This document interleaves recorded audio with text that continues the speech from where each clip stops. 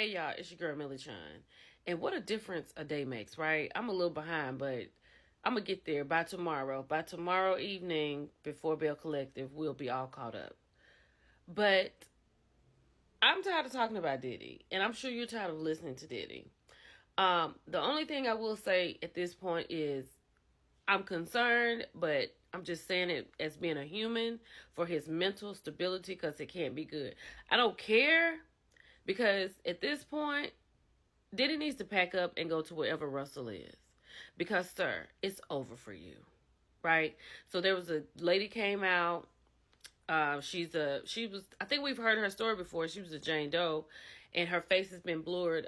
She was taken advantage of when she was 17. She has the same lawyer that Cassie has.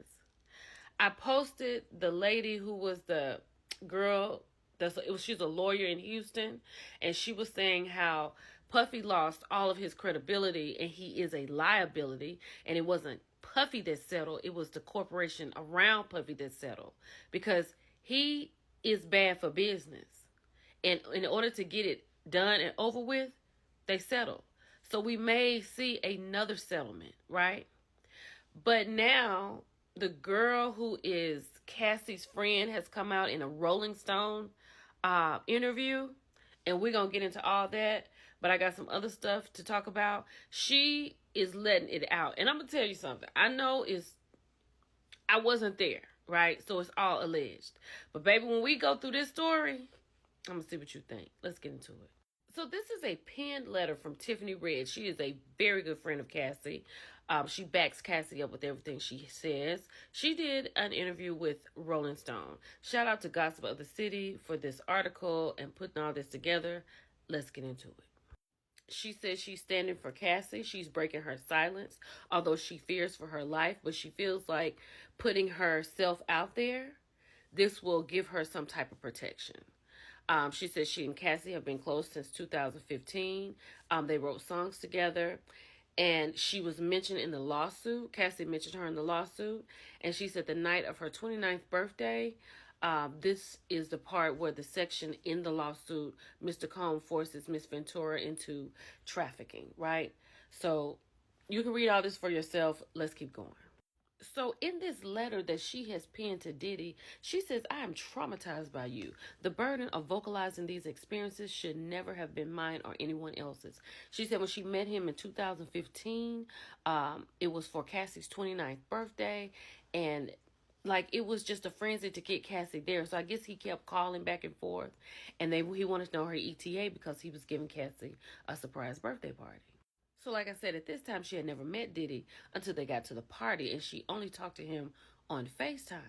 So when she got there, he approached her. He said, so you're the one writing all these songs about me? And she said, yes. And then he goes, that means she's talking to you, huh? She said she was uncomfortable because it seemed like he was trying to make some confirmation, and she knew that these were more turbulent parts of Cassie's and Diddy's relationships because they wrote a song called Loyal where she was writing out her pain. This is insane. So then she goes on to talk about, like, after the party, Cassie wanted to go to karaoke to this place called Blind Dragon, right? On Sunset Boulevard. But Puffy didn't want her to go, but she went anyway. The girl was 29, Puffy 129. She wants to celebrate with her friends the way she wants to, but it's what he wants her to do. So what does he do? He followed. She said, you followed us and arrived just a little bit after we did. It was instantly uncomfortable. You pulled Cassie out of the private karaoke room. She put her head down and went with you. And this girl followed to see if Cassie was going to be okay. And she said he had her backed into a corner and all the bodyguards were around. And Cassie kind of looked over and glimpsed at her and put her head down. That is insane. And the way she writes this letter to Puffy, like, I can appreciate it because I can see the entire situation. Let's keep going. So at this point, Tiffany's writing makes it sound like she was very confused, right?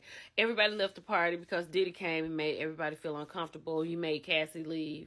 So Cassie wanted them to go back to her apartment because she was kind of fearing, that something would happen. So as her friend is packing her Birkin, Tiffany is like, why are you going and you don't want to go? And the person that was packing said, she always goes. And then she said Puffy arrived at the door and whisked her away. Cassie looked uneasy. She said, I didn't know where you were taking her. Once you left, the person who packed the bag said, they'll be back. She said it was almost like they had seen this movie before. Like, allegedly. This is horrible. Then Tiffany remembers Puffy coming back a few hours later. Clearly, the way she's written this, the way she said this, it was like he may have been on something, allegedly. Emotionally singing, B, where are you? She said, you and Cassie were back. It was around 3 or 4 a.m. when I walked out of her bedroom where I was asleep. You yelled, emotionally singing, B, there you are. She said she was mortified and humiliated and scared. And she said Cassie was like intoxicated and kind of withdrawn, right?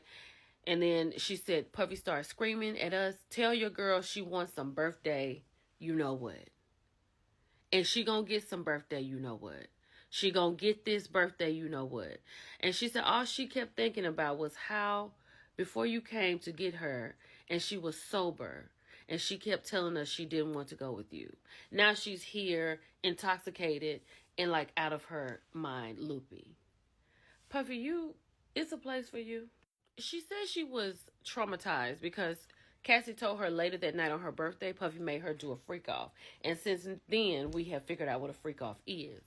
And she said the reason Puffy called her an emotional singing bee was because he was listening to new songs that they had written during the freak off that had begun after he had come to get her early that night.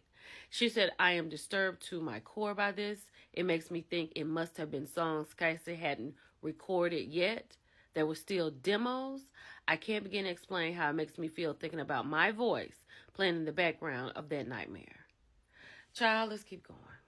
So Puffy was aware of everything. She said, like, Cassie, she was afraid that Cassie would overdose, but Puffy was good. He had IVs and everything for them because he knew what it took to replenish, right?